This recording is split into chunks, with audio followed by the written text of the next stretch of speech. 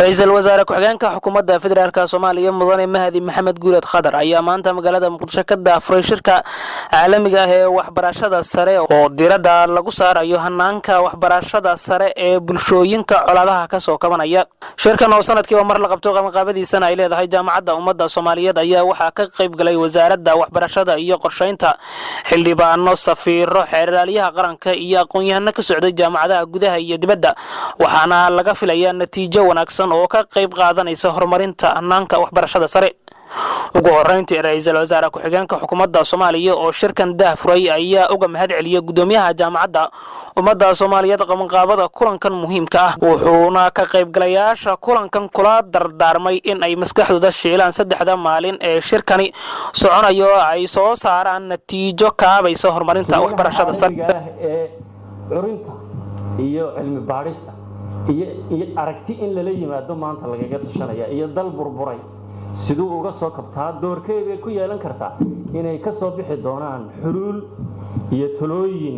waxtar leh oo midhadhal ah oo xukuumaduna ay ka faa'iideysato ummadda Soomaaliyeedna ka faa'iideysato horukac iyo baraarugna inoo horseeda dhinacyo kala duwan oo aqoontii ka turjumayaan sidaan arkayo ama qababa ay ka kooban tihiin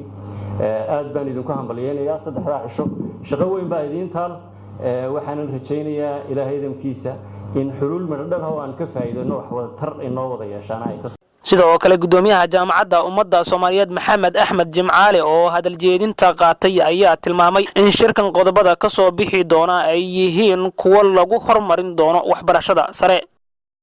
ka soo baxdo istaraatiijiyada hogaamisa wadamada muxuu ahaa dagaal ahliga ka soo baxaya oo ambaha xagga aqoonta ha ahaato xagga muxuu ahaa tooy dhaqaalaha horumarinta dhaqaalaha caafimaadka waxbarashada intaba inay ka soo baxaan ayaan mataqaanaa ayaan u qabanay saadalaadeed waxaan rajaynayaa shirkan inuu ummadda Soomaaliyeed ay ka faa'iido dawladuna waxyaalaha shirka ka soo baxa inay u isticmaasho dejinta qorshayaashooda kala duwan amba xag caafimaad amba xag muxuu ahaa wasiirka wasaaradda waxbarashada hidaha iyo tacliinta sare ee xukuumadda Soomaaliya mudane Cabdiraxmaan Daahir Cismaan ayaa isna dhankiisa sharaxay ahmiyadda uu shirkan waxbarashada u leeyahay iyo kaalinta dawladdu ay ka qaadan doonto horumarinta waxbarashada sare. waxaan loo baahnaa qiyaastii 1 bilyan in sanad walba waxbarashada meel u dhigo marka waxaad ogaataan laakiin maanta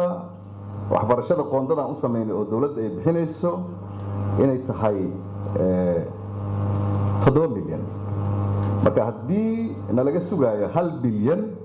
inaan ku maalgelino waxbarashadeena si aan arday walba oo iskuulka gaaray aan siino marka waxay noqonaysaa 0.1 way ka yartahay intan laga rabo inaan helno حسين محمد حلني Somal TV magaalada Muqdisho حسين محمد حلني Somal TV magaalada